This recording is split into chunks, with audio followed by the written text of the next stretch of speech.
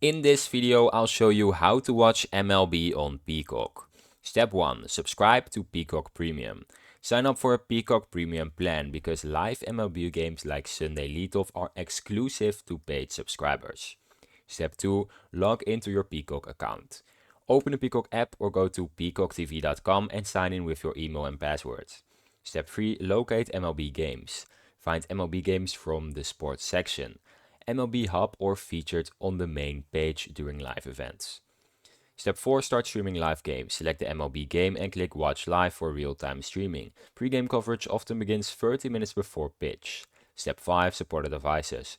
You can stream MLB on Peacock using smart TVs, streaming devices, PC, mobile apps or tablets.